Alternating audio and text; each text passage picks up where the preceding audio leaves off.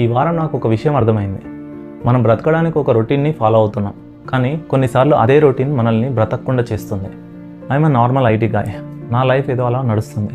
మంచి శాలరీ అయితే వస్తుంది, వీకెండ్ వస్తే ఏదో చిన్న రిలాక్సేషన్. బయట నుంచి చూసే వాళ్ళకి ఇది ఒక పర్ఫెక్ట్ లైఫ్ లాగానే కనిపించవచ్చు. కానీ నిజం చెప్పమంటారా, వారాలు, నెలలు, సంవత్సరాలు గడిచిపోతున్నాయి, కానీ ఇల్లు, నా సర్కిల్ దాటి కదలలేకపోతున్నాను. ఈ డెడ్లైన్స్, ఈ టార్గెట్స్ వల్ల కనీసం ఒక వారం రోజులు ఎక్కడికైనా వెళ్ళిపోదాం అనుకున్నా కూడా అసలుకే కుదరట్లేదు. ఒక లొకేషన్ మార్చి ఎక్కడికైనా వెళ్దామంటే జాబ్ ఎక్కడ ఎఫెక్ట్ అవుతుందనే ఒక వింతైన భయం. పోయిన మంగళవారం రాత్రి ల్యాప్టాప్ క్లోజ్ చేసి పడుకుంటున్నప్పుడు నాకు అదే అనిపించింది.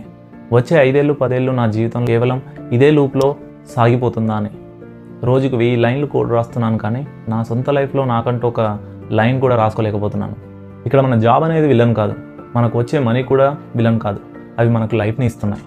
సమస్య ఏంటంటే ఈ కంఫర్ట్ మనకు తెలియకుండానే మన కళ్ళకు గంతలు కట్టేస్తుంది. నేను మీకు ఏదో పెద్ద లైఫ్ క్లాస్ చెప్పడానికి ఇక్కడ కూర్చోలేదు. నేను మీలాగే ప్రతిరోజు సఫర్ అవుతున్న ఒక నార్మల్ ఐటీ ఎంప్లాయీని. ఈ ట్రాప్లో నుంచి అసలు లైఫ్ని ఎలా అచీవ్ చేయాలి లేదా ఎలా లీవ్ చేయాలో తెలుసుకోవడమే నా ఈ ప్రయాణం. నెక్స్ట్ ఏం జరగబోతుందో నాకు కూడా తెలియదు. ఇది ఒక ఓపెన్ జర్నీ. మార్పు అనేది నా రూమ్ నుంచి, నా డెస్క్ నుంచి మొదలవ్వాలి. రాబోయే రోజుల్లో నేను చేసే చిన్న చిన్న ప్రయోగాలు నన్ను ఎలా మార్చబోతున్నాయో ఇక్కడ చెప్పబోతున్నాను. మరి రేపు ఉదయం మీరు ఆఫీస్కి లాగిన్ అయ్యే ముందు ఒక్క నిమిషం ఆలోచించండి. మీ లైఫ్ని మెకానికల్గా మారుస్తున్న ఆ ఒక్క చిన్న రొటీన్ ఏంటని కింద కామెంట్లో చెప్పండి.